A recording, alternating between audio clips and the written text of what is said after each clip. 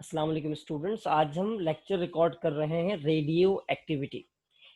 Radio activity एक ऐसा process है जिसने हमारी इस मौजूदा जिंदगी को तकरीबन तब्दील करके रख दिया है। लगभग 8 से 9 कंट्रीज के पास आज जो हथियार हैं, न्यूक्लियर वेपन्स मौजूद हैं, वो भी रेडियो एक्टिविटी के प्रोसेस की वजह से मौजूद हैं।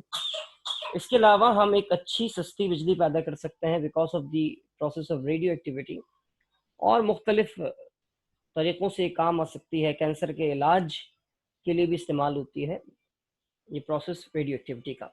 ये प्रोसेस है क्या? इस प्रोसेस को डिस्कवर किया था एंटोनी बेक्यूरेल ने, और एंटोनी बेक्यूरेल ने इस प्रोसेस को एक्सीडेंटली जो है वो डिस्कवर कर लिया था। उनकी नज़र में ये प्रोसेस आ गया।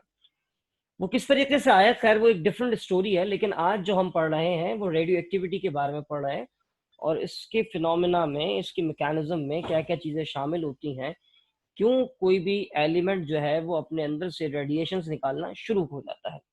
Let's begin with this story and the definition. कहते हैं the spontaneous emission of radiations from the unstable nuclei of certain isotope is known as radioactivity. Similarly, those elements which has atomic number more than 82 found to be naturally unstable, these elements emit high energetic radiations to become stable. The radiations which are emits are known as radioactive radiations.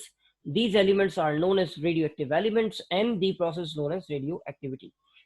सबसे पहले यहाँ पर हमें कुछ चीज़ों को देखना होगा कि हम किसी एलिमेंट में से खुद से रेडिएशंस नहीं निकलवा सकते, बल्कि वो एलिमेंट अपने अंदर से रेडिएशंस हम नहीं निकलवाएंगे, वो खुद निकालेगा। दैट प्रोसेस इज स्पॉन्टेनियस, एकदम से होगा ये प्रोसेस। और दूसरी बात ये कि जिस एलिमेंट में से ये रेडिएशंस निकलेंगी उसका जो न्यूक्लियस होगा वो अनस्टेबल होगा। अनस्टेबल और सर्टेन आइसोटोप, किसी भी एलिमेंट का कोई भी आइसोटोप रेडियो एक्टिव हो सकता है। यहां पर ये देखा गया है कुदरती तौर पे एटॉमिक नंबर जिनके 82 से ज्यादा होते हैं, यानी कि वो एलिमेंट जो हमारे इस पीरियोडिक टेबल में लेड के बाद पाए जाते हैं, वो अनस्टेबल है और वो अपने आप को स्टेबल करने के लिए अपने अंदर से रेडिएशंस निकालते हैं। उन रेडिएशंस को रेडियोएक्टिव रेडिएशंस या रेडियोएक्टिव रेस कहते हैं। एलिमेंट रेडियोएक्टिव एलिमेंट कहलाते हैं और प्रोसेस कहलाता है रेडियो एक्टिविटी। अब ये कोई भी एलिमेंट जो है वो बेचारा, उसका न्यूक्लियस जो है वो अनस्टेबल क्यों हो जाता है? Let's have a look. यहाँ पर हमने स्टिमुलेशंस ओपन करके रखी हुई है। हम यहाँ पर एक एटम को बिल्ड कर रहे हैं। एक प्रोटॉन आया, एक न्यूट्रॉन आया। यहाँ पर हम कहते हैं एलिमेंट भी शो हो जाए, हाइड्रोजन हो गया ये। इसके अंदर 2 प्रोटॉन आ गए तो ये किसका एलिमेंट बन गया है? ये बन गया है हीलियम का। ठीक है, और ये भी देख लेते हैं कि ये स्टेबल है कि ये अनस्टेबल है। इसके अंदर हमने 2 इलेक्ट्रॉन भी डाल दिए। इसमें एक और हमने जो है वो क्या डाला? प्रोटॉन डाला। ये भी इस वक्त भी क्या है? स्टेबल है। अच्छा जी, इसमें हमने एक और न्यूट्रॉन डाला। तो न्यूट्रॉन के जाते ही ये मेरा प्यारा हीलियम का एटम, जो कुछ देर पहले जिसका एटॉमिक मास जो था वो 4 था, और किस तरीके से 4 था कि इसमें 2 प्रोटॉन थे और 2 न्यूट्रॉन थे। जैसे ही इसके अंदर एक न्यूट्रॉन और गया तो वो जो है उसका मास नंबर 5 हो गया, और मास नंबर 5 होते ही because of the additional neutron this helium become unstable. हमें इससे क्या पता लगता है? चलेंगे और देखते हैं। लिथियम के पास देखें, लिथियम के पास जब 3 प्रोटॉन और 2 न्यूट्रॉन होते हैं तो हमारा लिथियम जो है वो अनस्टेबल होता है। एक पे भी अनस्टेबल होगा, स्टेबल हो गया, एंड अगेन वंस अगेन क्या हो गया? ये अनस्टेबल हो गया। अनस्टेबल होने पर क्या सूरत हाल है? 1 2 3 4 5 5 जब इसके पास न्यूट्रॉन होते हैं लिथियम, तो लिथियम क्या हो जाता है? अनस्टेबल हो जाता है। हम यहाँ पर ब्रिलियम के पास जाते हैं। ये ब्रिलियम स्टेबल है कुदरती हालत में, कुदरती रूप में। हमारा ब्रिलियम एटम जो है वो, मैं अभी इलेक्ट्रॉन्स की बात ही नहीं कर रहा हूँ, ये इसकी कुदरती है कि इसके पास 1 2 3 4 5 न्यूट्रॉन और 4 प्रोटॉन होते हैं ब्रिलियम के पास। एटॉमिक नंबर 9 मास, एटॉमिक मास जो है वो इसका 9 होता है और एटॉमिक नंबर इसका 4 होता है। लेकिन जैसे ही इसका एटॉमिक नंबर 10 होगा तो ब्रिलियम का वो जो आइसोटोप होगा वो अनस्टेबल हो जाएगा। ठीक है। अच्छा, हम उन अनस्टेबिलिटी को काउंट नहीं करते जो कि न्यूट्रॉन के कम होने की वजह से होते हैं। आमतौर पे ऐसा देखा नहीं गया कि न्यूट्रॉन जब किसी एटम में कम होते हैं तो वो अनस्टेबल हो, बल्कि अगर हम इसके आइसोटोपिक डाटा को देखेंगे तो इस तरह का बेरिलियम दुनिया में पाया भी नहीं जाता होगा।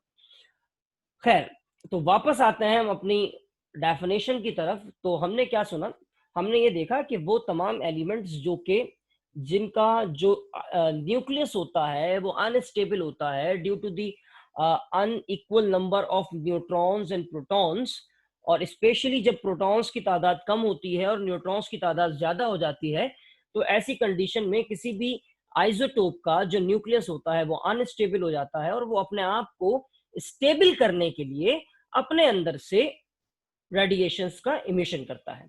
और अपने अंदर से कहां से रेडिएशंस का इमिशन करेगा बेटा? वो अपने न्यूक्लियस में से ही रेडिएशंस को इमिट करेगा।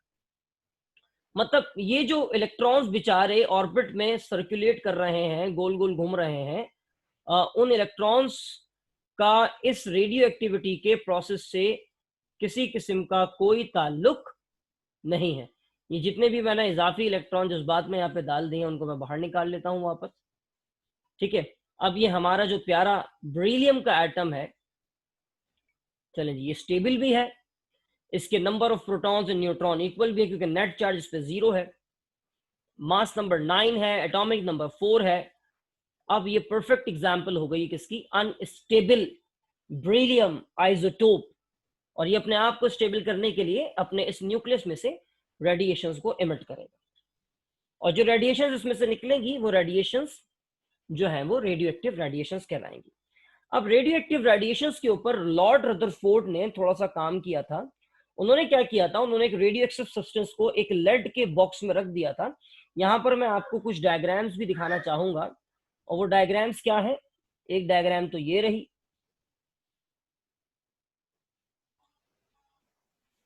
ठीक है, और एक डायग्राम ये रही। हाँ जी, तो इसको मैं जूम इन करके आपको दिखा देता हूं कि जो रेडियो एक्टिव रेडिएशंस होती हैं, लॉर्ड रदरफोर्ड ने क्या किया कि रेडियो एक्टिव रेडिएशंस को लेड के बॉक्स में रख दिया, रेडियो एक्टिव मटेरियल को, और उसके बाद उन रेडिएशंस को पास करवाया एक इलेक्ट्रिकल फील्ड में से, और उस इलेक्ट्रिकल फील्ड का नेगेटिव टर्मिनल कैथोड कहलाता है, पॉजिटिव टर्मिनल एनोड कहलाता है।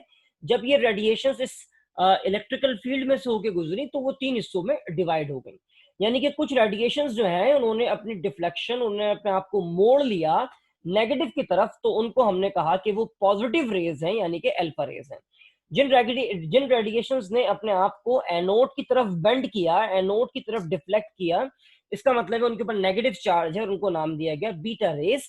और जिन रेडिएशंस ने ना तो अपने आप को कैथोड या एनोड की तरफ बेंड किया बल्कि वो स्ट्रेटली चले गए, तो उनको कहा गया गैमा रेज।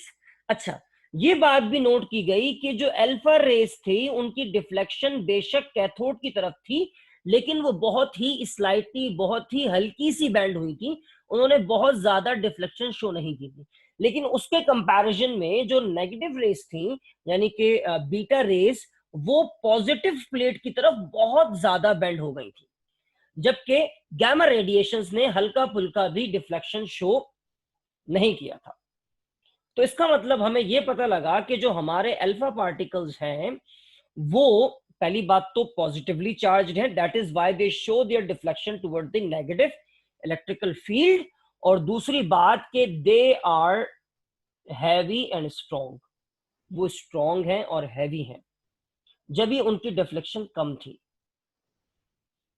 जबकि बीटा रेज उनके कंपैरिजन में नेगेटिवली चार्ज तो हैं मगर ये लाइटर पार्टिकल हैं, that is why anode easily attract the beta raise toward itself and beta raise show greater deflection in the electrical field.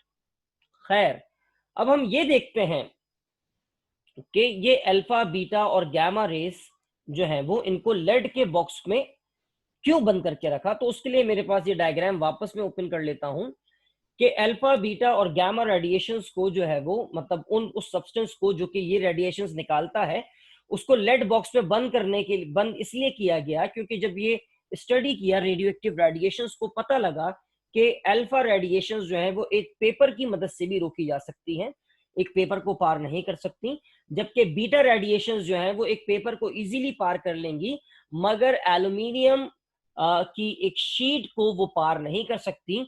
लेकिन गामा रेडिएशंस जो हैं वो ऐसी रेडिएशंस हैं, इतनी ज्यादा एनर्जेटिक रेडिएशंस हैं कि उनको सिर्फ और सिर्फ रोका जा सकता है लेड के एक बॉक्स के जरिए, लेड के एक डब्बे के जरिए, वरना 6 फीट मोटी कंक्रीट की दीवार गामा रेडिएशंस को रोक पाएगी। जी हाँ, 6 फुट मोटी कंक्रीट की दीवार जो है वो गामा रेडिएशंस को रोक सकती है, वरना या फिर लेड का एक सिंपल सा बॉक्स गामा रेडिएशंस को बाहर निकलने से रोक सकता है। तो दैट इज वाई जो लॉर्ड रदरफोर्ड थे उन्होंने हमारी अल्फा रेडिएशंस को, मतलब रेडियो एक्टिव मटेरियल को एक लेड के बॉक्स में बंद करके रखा। अच्छा, अब इसकी जो प्रॉपर्टीज है वो देख लेते हैं। अल्फा रेडिएशन पे पॉजिटिव चार्ज होता है and they are made up of, they are also known as helium nuclei. इनको हम हीलियम न्यूक्लियाई भी कहते हैं। और हीलियम न्यूक्लियाई का मतलब क्या है कि अल्फा रेडिएशंस को जब आप जूम करके देखोगे तो वो कुछ इस तरीके से दिखेंगे। यानी कि ये मैंने सारे इलेक्ट्रॉन्स निकाल दिए, ये एक और ये एक और ये एक और प्रोटॉन निकाला, ये एक और न्यूट्रॉन निकाला और ये एक प्रोटॉन निकाला और ये एक और प्रोटॉन निकाला। तो इस तरह से हमारा कुछ जो है वो क्या दिखेगा, अल्फा पार्टिकल्स दिखेंगे। अच्छा जी, तो ये बीटा पार्टिकल्स क्या हैं? बीटा पार्टिकल्स कहलाए जाते हैं सिर्फ और सिर्फ इलेक्ट्रॉन्स, यानी कि दिस इज बीटा पार्टिकल। और जो एनर्जी बचती है वो कहलाती है गैमा रेडिएशंस। यानी कि एटम जब अपने अंदर से अल्फा पार्टिकल्स निकाल देता है, बीटा पार्टिकल्स निकाल देता है, तो उसके बाद बारी आती है गैमा रेडिएशंस की। जो बची हुई एनर्जी होती है वो भी अपने अंदर से निकालता है ताकि एटम मुकम्मल तौर पर स्टेबल हो जाए। ठीक है जी। अब उसके बाद इनकी आयोनाइजेशन पावर, अल्फा पार्टिकल्स की जो आयोनाइजेशन पावर है वो बहुत ज्यादा होती है। बहुत ज्यादा आयोनाइजेशन पावर का मतलब क्या है कि अगर एक आवारा अल्फा पार्टिकल हीलियम न्यूक्लियाई हवा में से घूमता हुआ जा रहा होगा, तो हवा का जो जो एटम उसके कांटेक्ट में आएगा, क्योंकि इसकी सूरत हाल कुछ इस तरीके से है, इस बेचारे को बहुत ज्यादा जरूरत है इलेक्ट्रॉन की, तो कोई इलेक्ट्रॉन ऐसे आवारा भी घूम रहा होगा तो अल्फा पार्टिकल के करीब से गुजरा तो अल्फा पार्टिकल उसको अपने साथ क्या कर लेगा, अपने पास अट्रैक्ट कर लेगा और अपने अंदर एब्जॉर्ब कर लेगा। दैट इज वाई जो अल्फा पार्टिकल्स हैं कहलाए जाते हैं कि उनकी जो आयोनाइजेशन पावर होती है बहुत ज्यादा होती है और वो बड़ी आसानी के साथ किसी भी एटम के इलेक्ट्रॉन को अपनी तरफ अट्रैक्ट कर सकते हैं। यानी कि इलेक्ट्रॉन अल्फा पार्टिकल्स का कुछ बिगाड़ नहीं सकता। अगर कोई अल्फा पार्टिकल इलेक्ट्रॉन के बराबर से गुजर रहा होगा तो इलेक्ट्रॉन अल्फा पार्टिकल में आकर एब्जॉर्ब हो जाएगा, ना कि अल्फा पार्टिकल उसकी तरफ जाएगा। क्यों? क्योंकि आप ये देखो कि बैटरी का नेगेटिव टर्मिनल भी अल्फा पार्टिकल्स को अपनी तरफ अट्रैक्ट नहीं कर पाया अच्छे तरीके से, क्योंकि उनका मास बहुत ज्यादा है, वो बहुत ज्यादा हैवी है। अच्छा जी, बीटा पार्टिकल्स जो हैं वो नेगेटिवली चार्ज पार्टिकल हैं क्योंकि पॉजिटिव टर्मिनल की तरफ डिफ्लेक्शन शो करते हैं और इनकी वेलोसिटी बहुत ज्यादा होती है। They are high velocity electrons.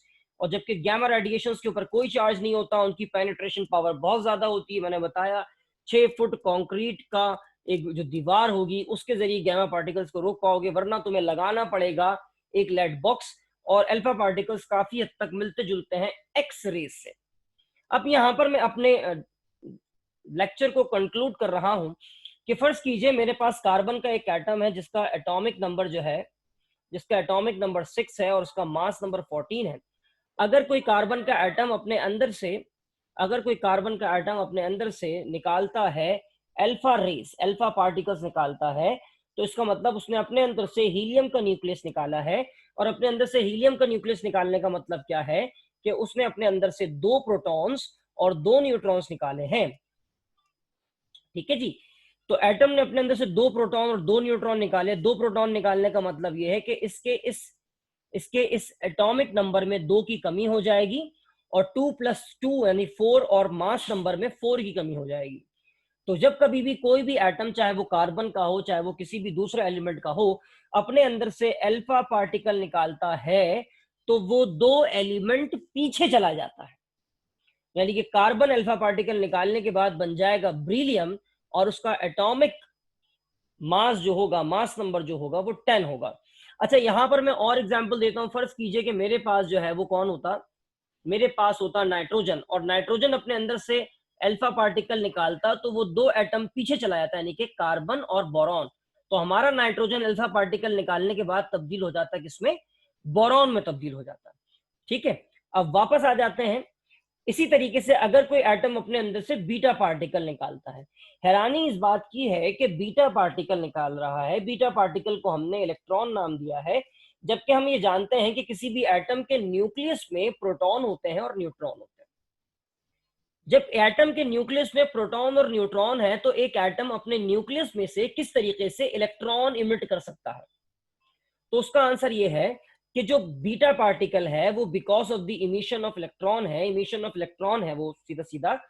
तो इलेक्ट्रॉन कहां से आता है? तो यहां पर हम ये देखेंगे, जब कभी भी किसी भी एटम का जो न्यूट्रॉन है वो डिकम्पोज होता है, वो टूटता है, तो वो तब्दील हो जाता है, न्यूट्रॉन तब्दील हो जाता है प्रोटॉन में, और वो अपने अंदर से निकाल देता है इलेक्ट्रॉन को। ठीक है, यानी कि जब कभी भी कोई भी एटम अपने अंदर से बीटा रे निकालेगा, तो उसका एक न्यूट्रॉन तब्दील हो जाएगा प्रोटॉन के अंदर, और जो बचा हुआ इलेक्ट्रॉन है वो इमिट हो जाएगा in the form of beta रे। और जब किसी भी एटम का प्रोटॉन जो है वो न्यूट्रॉन से तब्दील हो जाता है, कि यहां पर हम आपको एग्जांपल देते हैं कि क्या होने लगा है।